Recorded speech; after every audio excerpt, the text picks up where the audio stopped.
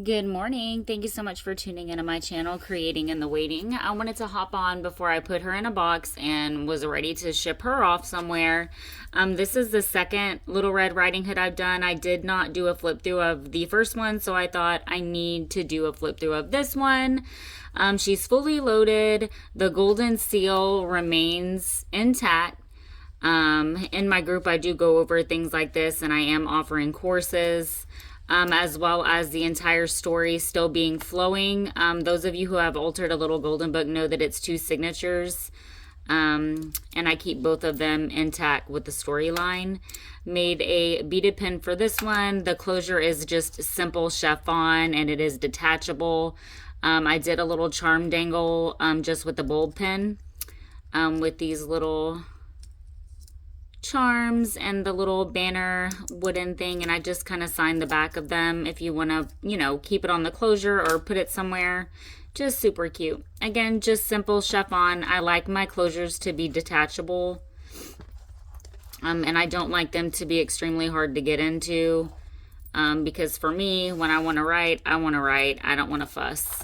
And she lays very nicely. She doesn't really even need a closure.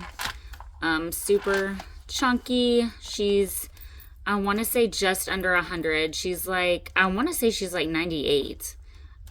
So I need to go through and cut these little straggly pieces. When you tear your chiffon or sari silks that has the fraying, I need to go through and trim those.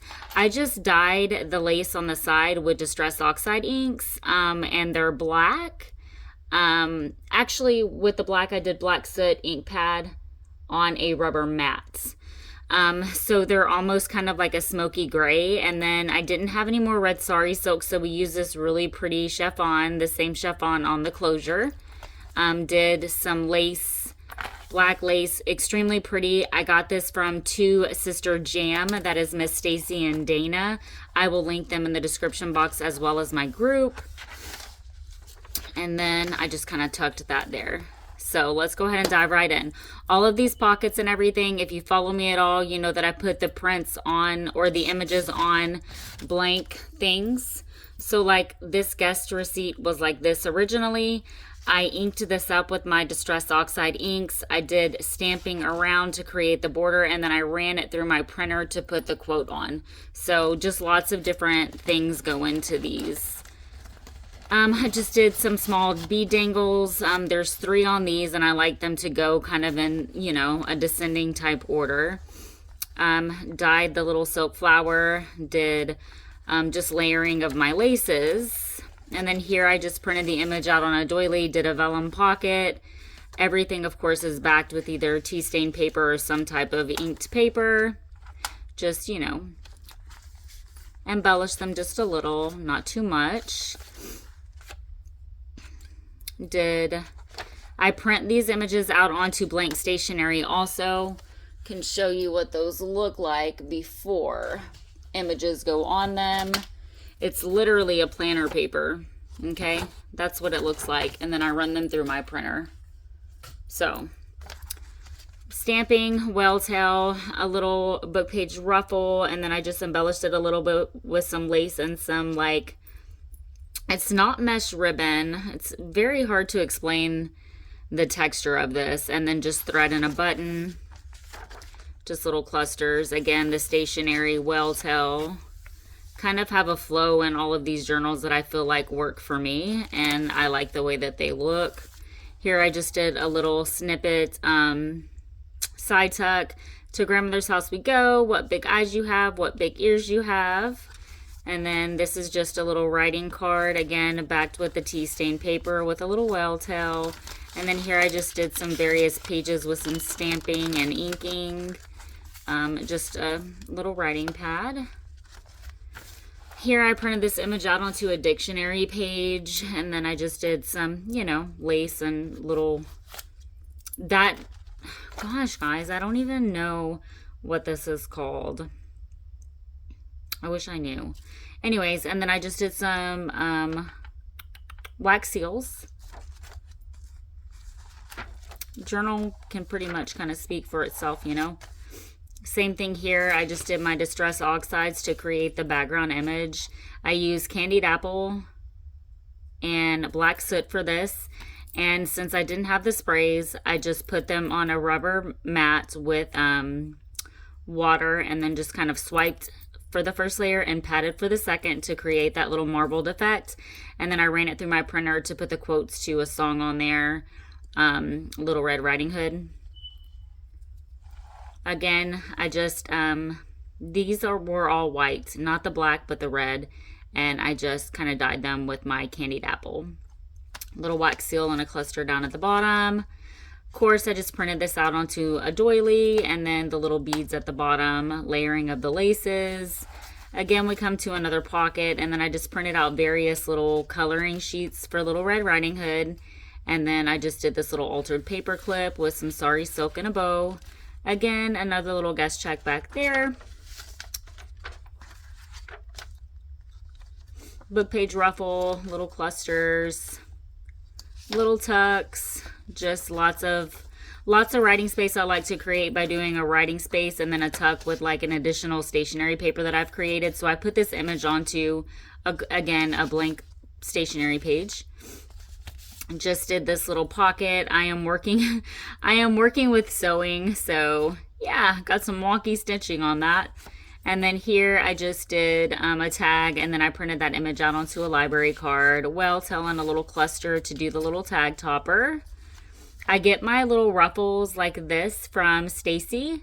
You guys know her from Stacy's Crafty Jam. You can get with her. Her and her sister have their business going now. That's the Two Sister Jam. So lots of good ephemera, vintage items, laces, doilies, wedding appliques. Of course, again, she does the ruffles that I absolutely adore.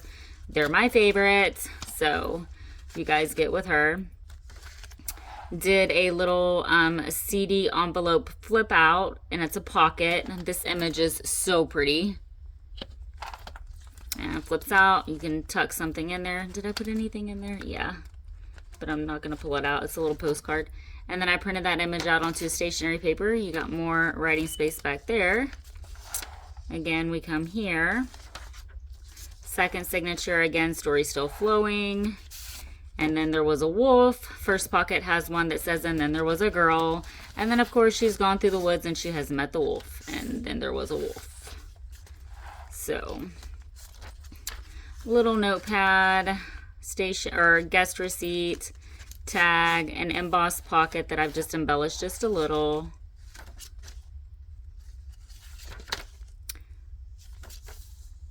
Lots of work goes into actually printing these pages and doing the images.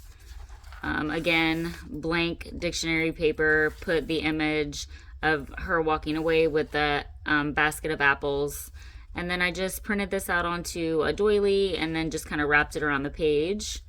Printed that quote out onto the stationery paper for the background, and then left, of course, writing space. You can write all around it, or you can leave it be. Whatever you want to do, it's your journal. You do you, boo-boo. Little tuck, printed the image out onto the stationery paper.